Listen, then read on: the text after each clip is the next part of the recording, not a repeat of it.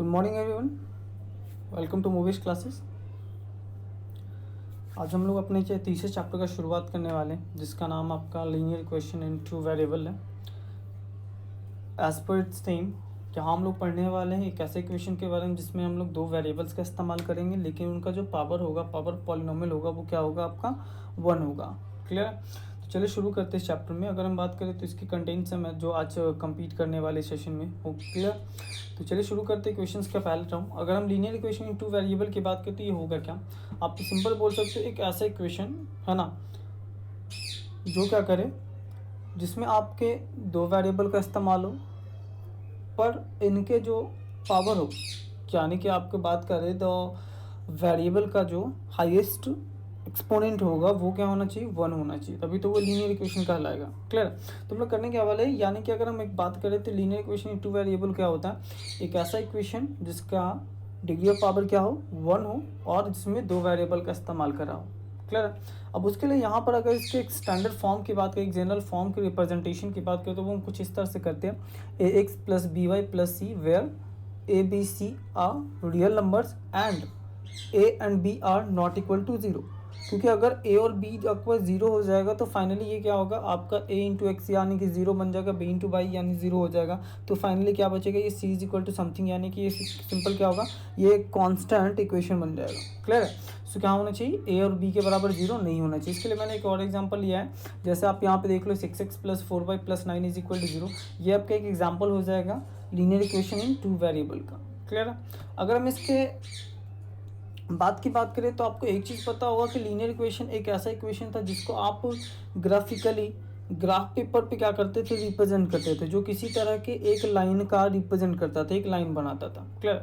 तो अभी जितने भी प्रॉब्लम्स होंगे ना आपको जो आगे मिलने हैं, उसकी मदद से होगा क्या कि हम लोग इन सारे इक्वेशंस को ग्राफ पे प्लॉट करेंगे, और चाहे तो इसको अलजेब्रिक मेथड से भी सॉल्व करना होता है। क्लियर? तो होता क्या है कि इन दोनों जो दो इक्वेशंस मिलेंगे आपके इस चैप्टर में, जब कभी भी हम बात करें, अगर एक वेरिएबल है तब आप किसी केस में हो सकता है कि आप एक कंडीशन से उसको सॉल्व कर लो, पर जब कभी भी दो वेरिएबल यूज़ किए जाएंगे तो इसको एक सिंगल इक्वेशन से सॉल्व करना थोड़ा सा कॉम्प्लिकेटेड हो सकता है। क्लियर?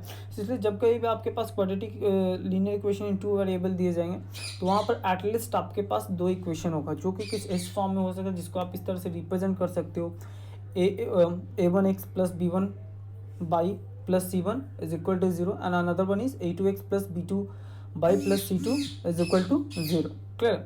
अगर हम इन बात करें तो इन दोनों में क्या होना चाहिए, सेम वेरिएबल होना चाहिए। अब इसको सॉल्व करने के दो तरीके, आप चाहो इसको तो ग्राफिकली सॉल्व कर सकते हो और अलजेब्रिकली सॉल्व कर सकते हो। ग्राफिकली की बात करें तो हम लोग सबसे पहले आज के सेशन में जनरली ग्राफिकल रिप्रेजेंटेशन देखेंगे। अगर ग्राफिकल मेथड की बात करें तो ग्राफिकल मेथड में इसको सॉल्व करने के लिए करते क्या है, हम लोग उन दोनों इक्वेशंस की मदद से अपने ग्राफ पेपर के लिए कुछ पॉइंट फाइंड आउट करते हैं, कुछ कोऑर्डिनेट फाइंड आउट करते हैं, जिसकी मदद से हम क्या करते हैं, स्ट्रेट लाइन ड्रॉ करते हैं। अब स्ट्रेट लाइन दो बन रहा है तो इसके तीन केसेस हो सकते हैं। हो सकता है कि वो आपस में इंटरसेक्ट करे, हो सकता है कि वो क्या करे, लाइन कोइंसाइड करे, या फिर तीसरा कंडीशन हो सकता है if the line are parallels, यानी कि अगर हम एक ग्राफ पे दो लाइंस बना रहे तो इन तीनों में से कोई एक केस होने वाला है हम लोग के पास, और इसी से सॉल्यूशन मिलता है उस इक्वेशन का ग्राफिकल रिप्रेजेंटेशन की मदद से। जिसमें करना क्या होता है, सिंपल सी बात है, अगर इंटरसेक्शन हो रहा है दैट मीन्स उसका एक यूनिक सॉल्यूशन होगा। क्लियर? अगर कोइंसाइड कर रहा है दैट मीन्स कोइंसाइड कर रहा है, तो वो तो कोइंसाइड मतलब क्या होगा, वो मल्टीपल टाइम क्या हो रहा है, एक दूसरे पे क्या कर रहा है, कट रहा है, इंटरसेक्ट कर रहा है। तो चीज़ें क्या होगी, अगर जब कभी भी ऐसा हो किसी केस में कि आपने जो दोनों ग्राफ बनाया है, जो दोनों आपने लाइन्स ड्रॉ करा, वो किसी केस में कोइंसाइड करे तो उसके इनफाइनाइट सॉल्यूशन होंगे। अगर हम बात करें उनके लाइंस पैरेलल हो जाने के, किसी केस में ऐसा हो कि दोनों लाइन क्या हो गया, आपका पैरेलल हो गए, तो इसके केस में क्या होगा, पैरेलल लाइन दैट मीन्स वो नेवर कभी क्या होंगे, कभी भी आपस में इंटरसेक्ट नहीं करेंगे। अब इंटरसेक्ट जब तक नहीं करेंगे तब तक हमारे पास उसका सॉल्यूशन नहीं मिलने वाला। तो इस तरह से अगर पैरेलल लाइन होते हैं तो उसके किसी भी तरह के सॉल्यूशन होने की पॉसिबिलिटी नहीं होती है। क्लियर? अब ये कंडीशन को हम कैसे आइडेंटिफाई करेंगे, इक्वेशन को देखकर। वैसे तो आपको ग्राफिकल रिप्रेजेंटेशन में करना, आप ग्राफ रिप्रेजेंट करोगे जैसा आपने 9 में पढ़ा है। आपको एक लाइन दिया गया था जिसमें हम किसी एक वैल्यू को कांस्टेंट लेके वो टेबल बनाकर क्या करते थे, अनदर वैल्यू को उसके रिस्पेक्ट में डाल के कोऑर्डिनेट्स आप लोग फाइंड आउट करते थे, है ना। तो वैसे ही लाइन्स बना के आपको करना है। फिर अगर हम बात करेंगे यहाँ पर उसके दूसरे सेक्शन की, तो अभी हम यहाँ पे आप चाहो तो उनके न्यूमेरिकल वैल्यू के अकॉर्डिंग भी क्या कर सकते हो, आप ये फाइंड आउट कर सकते हो कि उसके एक सॉल्यूशन होगा वो पैरेलल होगा वो, या फिर कोइंसिस्ट करेगा। क्लियर। इसके लिए करना क्या होता है, यहाँ पे आपके कुछ कंपेयरिंग रेशियोज दिए हुए हैं। If a1/a2 is not equal to b1/b2 then इसके एक आपके कांस्टेंट वैल्यू होगा। अगर हम बात करेंगे if a1/a2 is equal to b1/b2 but not equal to c1/c2 then इसके पैरेलल इक्वेशन बनेंगे। क्लियर। किसी केस में अगर a1/a2 is equal to b1/b2 and c1/c2 ये तीनों इक्वल हो जाता है, तब ये क्या करेगा, कोइंसाइड करेगा, यानी इसके मैक्सिमम वैल्यूज हो सकते हैं। ठीक है। तब यहाँ पे ध्यान दीजिए कुछ इस तरह से, ये मैंने आपको चार्ट दिया है, ये आप थोड़ा सा आपको मैं पीडीएफ आपके ग्रुप्स में भी डाल दूंगा, आप देख लीजिएगा। ठीक है। तो कुछ इस तरह से यहाँ पे सॉल्यूशंस होते हैं। ठीक है, आगे बढ़ते हैं। अगर हम एक एग्जांपल की बात करें तो देखिए, अगर आपको किसी केस में बोला जाए कि आफ्टर ऑल आप कैसे इसको सॉल्व करोगे, तो मैंने यहाँ पे एक दो इक्वेशन लिया है, जिसमें मैंने एक लिया 2x + 3y = 9 and 4x + 6y = 18। Equation 1 और इक्वेशन 2 मैंने फर्दर 9 दिए हैं। अब इनके सॉल्यूशन की बात करें तो मैंने इन दोनों के लिए दो पॉइंट्स फाइंड आउट करा है। x = अगर हम यहाँ पे करें तो 9 - 2y चला जाएगा। मैं y को इवेल्यूएट कर रहा हूँ x के लिए, है ना। तो यहाँ पे अगर बात करो तो यहाँ पे 3/9 में अगर आप y रिप्रेजेंट करो तो इसको हम यहाँ ले जा रहे हैं, है ना। 9 - 2x हो जाएगा। क्लियर। और यहाँ पे 3y जो बचेगा, इसको 3 नीचे रेस्पेक्ट में चला जाएगा, तो यहाँ पे y का सॉल्यूशन क्या हो जाएगा, 9 - 2x/3। और अगर हम x का वैल्यू 0 लेते किसी केस में, तो यहाँ पे क्या हो जाएगा, 0 × समथिंग 0 एंड 9/3 = 3। नेक्स्ट केस में मैंने x का वैल्यू ले लिया 4.5। अगर आप 4.5 ले लोगे तो 4.5 × 2 = 9, 9 - 9 = 0, 0/3 = 0। क्लियर। तो मैंने फर्स्ट इक्वेशन फर्स्ट के अकॉर्डिंग दो कोऑर्डिनेट, दो पॉइंट्स फाइंड आउट करे।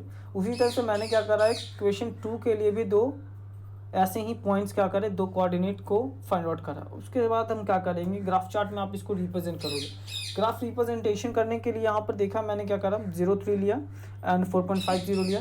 एक इक्वेशन था मेरा 3,1 एंड 0,3। अगर आप ध्यान से देखो तो 0,3 एंड 4.50 इक्वेशन फर्स्ट के अकॉर्डिंग। तो मैंने यहाँ पे लिया है 0,3 एंड 4.50 इक्वेशन फर्स्ट के अकॉर्डिंग। और अगर हम दूसरा देखें तो दूसरा 0,3 एंड 3,1 हो रहा है। दूसरा मैंने क्या लिया, 0,3 एंड 3,1। दैट मीन्स यहाँ पे दिख रहा है कि ये जो दूसरा लाइन और पहला है, जो दोनों इक्वेशन, दोनों की मदद से जो ग्राफिकल रिप्रेजेंटेशन, यानी कि दो जो हम लाइन ड्रॉ कर रहे हैं, वो कहीं ना कहीं वो क्या कर रहा है, पूरा का पूरा कोइंसाइड कर रहा है। इसका मतलब क्या होगा, इसके मल्टीपल सॉल्यूशन हो सकते हैं। क्लियर है। ठीक है। तो इस तरह से आप आगे बढ़िए। और अगर हम इसके दूसरे मेथड्स की बात करें, अलजेब्रा की मेथड के, तो इसके बारे में अगर आप बात करो तो इसके 3 मेथड से 3 मेथड के जरिए आप क्या कर सकते हो, अलजेब्रिक फॉर्म में इसको आप सॉल्व कर सकते हो। पर उसके लिए हम लोग अगले सेशन में देखेंगे। फिलहाल में आपको सिर्फ ये याद रखना है कि आप ग्राफिकल रिप्रेजेंटेशन में उसको कैसे करोगे। ग्राफिकल रिप्रेजेंटेशन थोड़ा सा आसान, बिल्कुल पहले जैसा है जैसा आपने 9 में पढ़ा था। क्लियर। तो करना क्या है, बस फ़र्क इतना है कि आपको यहाँ पर ध्यान देना है। आपको जो भी क्वेश्चंस मिलेंगे उसके लिए आप क्या करो, सेपरेट टेबल बना के आप उसके लिए क्या करोगे, कोऑर्डिनेट्स फाइंड आउट करोगे, more than 1 points find out करोगे। मिनिमम 2 होने चाहिए। अगर आप 2 से ज़्यादा करते, 3 कर लेते तो बेहतर होगा आपके लिए, है ना। तो मिनिमम आपको क्या करना है, 2 पॉइंट्स फाइंड आउट करना है ईच इक्वेशन के लिए, है ना, for each equation. And then इसको क्या करना, आपको ग्राफ पे प्लॉट कर देना। जैसे ग्राफ पे प्लॉट करेगा, सामने आपके पास सॉल्यूशन होगा। अगर वो इंटरसेक्ट करा तो जो भी इंटरसेक्शन पॉइंट बनेगा वो उसका सॉल्यूशन हो जाएगा। एंड आपको पता है इंटरसेक्शन, अगर बात करें यहाँ पे कोऑर्डिनेट, तो यहाँ पे x और y दोनों का वैल्यू होता है। तो first one for the x and second one for the y। सो इस तरह से आप क्या कर सकते हो, ग्राफिकल रिप्रेजेंटेशन के जरिए आप 2 वेरिएबल को सॉल्व कर सकते हैं। तो अभी के लिए इतना कर लीजिए। होप सो आपको समझ में आया हो। अगर नहीं आया है तो आप टेक्स्ट करिए। ठीक है। तो अभी के लिए मैं इतना छोड़ दे रहा हूँ, फिर अगले दिन मिलते हैं। Have a great day. Bye bye.